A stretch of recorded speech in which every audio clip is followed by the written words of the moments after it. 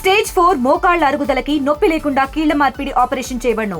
Doctor Ramesh Gajula, endoscopic spine ortho surgeon and pain physician, పెనిషియా spine pain ortho and sleep centre, Uppal, Hyderabad.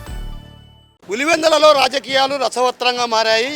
ఏదైతే BTech Ravi సతీమణి Latha Reddy Pulivendula ZPTC స్థానానికి పోటీ చేస్తున్న నేపథ్యంలో కూడా ఓ రకంగా ఆసక్తికరమైనటువంటి పరిణామాలే చోటు చూస్తున్నాయి. ఈ నేపథ్యంలో మనతో పాటు లతారెడ్డి గారు ఉన్నారు. ఆమెను అడిగి తెలుసుకున్నారు. చెప్పండి గారు, ఎలా ఉంది? మీరు ప్రచారం చేస్తున్నారు, ప్రజల నుంచి ఎలాంటి స్పందన వస్తుంది? చాలా బాగుందండి. వాళ్ళు రెస్పాండ్ బాగా ఉందండి. మాకు చాలా ఆనందంగా కూడా ఉంది. మాకు రెస్పాండ్ అవుతున్నారు, చాలా ఆనందంగా ఉందండి. ప్రజల్లోకి వెళ్తుంటే మీకు ప్రధానంగా ఏ సమస్యలు మీ దృష్టికి తెస్తున్నారు? ఇప్పటికే కూటమి ప్రభుత్వం అమలు చేసినటువంటి సంక్షేమ పథకాలు ఏమైనా వివరిస్తున్నారా? వివరిస్తున్నామండి. సంక్షేమ పథకాలు అయితే చెప్తున్నాము, ప్లస్ వాళ్ళ సమస్యలు కూడా మేము పరిష్కరిస్తామని కూడా హామీ ఇస్తున్నాము. ప్రధానంగా మీకు వచ్చినటువంటి అంటే మహిళలు కావచ్చు, ఇతరతర వర్గాలు ఇక్కడ ప్రధానంగా అరటి పంటలు అంటే ఉద్యానవన పంటలు ప్రసిద్ధి కాబట్టి ఇక్కడ ప్రధానంగా రైతాంగం కూడా తీవ్రమైనటువంటి ఇబ్బందులు పడుతున్న నేపథ్యంలో అలాంటి సమస్యలు ఏమైనా మీ దృష్టికి వస్తున్నాయి? ఇప్పుడు ఇంకా ప్రచారంలో ఇప్పుడే నేను స్టార్ట్ చేస్తున్నాము. వాళ్ళ సమస్యలు చెప్తారు, మేము వాటి గురించి తర్వాత మాట్లాడతామండి. అక్క, ప్రజల్లో నుంచి ఎలాంటి స్పందన లభిస్తుంది? చాలా బాగుందండి. మాకైతే స్పందన అయితే చాలా బాగుంది. అసలు మాకు చాలా ఆనందంగా ఉంది. మీకు గెలుపు అవకాశాలు ఎలా ఉండబోతున్నాయి అక్క? ఉందండి, మేము గెలుస్తామని చాలా నమ్మకంగా ఉంది. మాకు గెలుస్తాం కూడా. అంటే మీరు అరాచకాలు సృష్టించబోతున్నారు. ఏదైతే బీటెక్ రవి అధికార పార్టీకి సంబంధించినటువంటి వ్యక్తి కాబట్టి ఖచ్చితంగా రాబోయే రోజుల్లో పోలీసులను అడ్డు పెట్టుకొని గెలవాలనే ప్రయత్నాలు కొనసాగిస్తున్నటువంటి భావన అటు వైసీపీ శ్రేణులు వ్యక్తం చేస్తున్నారు. ఎలా చూడాలి? వాళ్ళకండి అవి చేతనయ్యేది, మాకు కాదండి. వాళ్ళకే, వైసీపీ వాళ్ళకే అది చేసేది. వాళ్ళే అలాంటి పనులన్నీ చేసేది, మేము కాదండి. మేము కాదు, మేము చేయలేమండి మేము అలాంటి పనులు.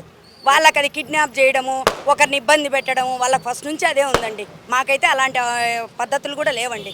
ప్రజాస్వామ్యబద్ధంగా ఎన్నికలు నిర్వహించాల్సినటువంటి నేపథ్యంలో ఒక రకంగా కేసులు పెట్టి ఈ విధంగా ఇబ్బందులు చేసే ప్రయత్నాలు కొనసాగిస్తున్నాడు బీటెక్ రవి అన్నటువంటి వాదనలు కూడా వినిపిస్తున్నాయి. వాళ్ళ మాటలన్నీ ఇలాగే ఉంటాయండి. వాళ్ళు చేసే పనులు ఒకరి మీదకి దొబ్బాలని చూస్తుంటారు. వాళ్ళకి అది అలవాటు కదండి ఫస్ట్ నుంచి చేసేది. అలాగే మమ్మల్ని కూడా అదే అనుకుంటున్నారు, కానీ మేము అలాంటి పనులు చేయమండి. అంటే ఎన్నికల సందర్భంగా కూడా ఏజెంట్లను కూర్చోబెట్టకుండా చేసే ప్రయత్నాలు కొనసాగిస్తున్నారన్నటువంటి వాదనలు కూడా వినిపిస్తున్నాయి.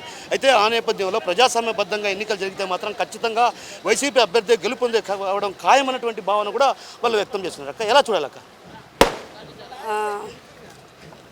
నేను ఏం చెప్తున్నానంటే అదేనండి, వాళ్ళు ఏజెంట్లను లాగడము, వాళ్ళు చేసే పనులు అవే కదండి. మమ్మల్ని ఎందుకు అంటున్నారు? పదే వాళ్ళు చేసేటి మా మీద ఎందుకు దోస్తున్నారు?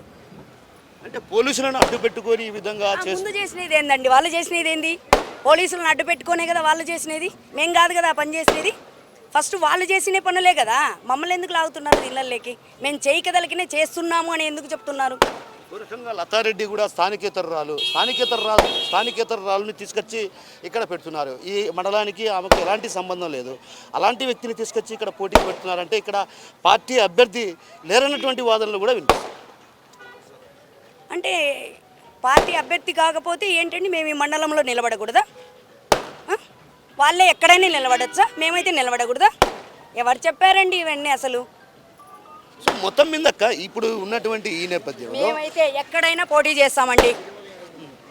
వాళ్ళకంటే విలువలు లేవు, మాకైతే విలువలు బాగా ఉన్నాయండి. మేమైతే ఎక్కడైనా పోటీ చేస్తాం. మేము గెలవాలని కూడా గెలుస్తాం కూడా. ఇప్పటికే కేసులు కూడా నమోదు చేస్తున్నారంట వైసీపీ శ్రేణుల పైన. ఎవరు చెప్పారండి? వాళ్ళు ఎన్నైనా మాట్లాడతారు, ఆరోపణలు ఎన్నైనా చేస్తారండి. సో ఒక రకంగా ప్రలోభాలకు గురి చేస్తున్నారు. ఏదైతే వైఎస్ జగన్మోహన్ రెడ్డి హయాంలో 600 కోట్ల రూపాయల నిధులకు విషయం సంబంధించి డబ్బులు ఇవ్వకపోవడంతో వాళ్ళందరినీ ప్రలోభ పెట్టి మీ వైపుకు లాక్కునే ప్రయత్నాలు కొనసాగిస్తున్నటువంటి వాదనలు కూడా వినిపిస్తున్నాయి. ఎలా చూడాలక్క దీన్ని? వాళ్ళు డబ్బుల గురించి దాని గురించి వాళ్ళు మాట్లాడాలా?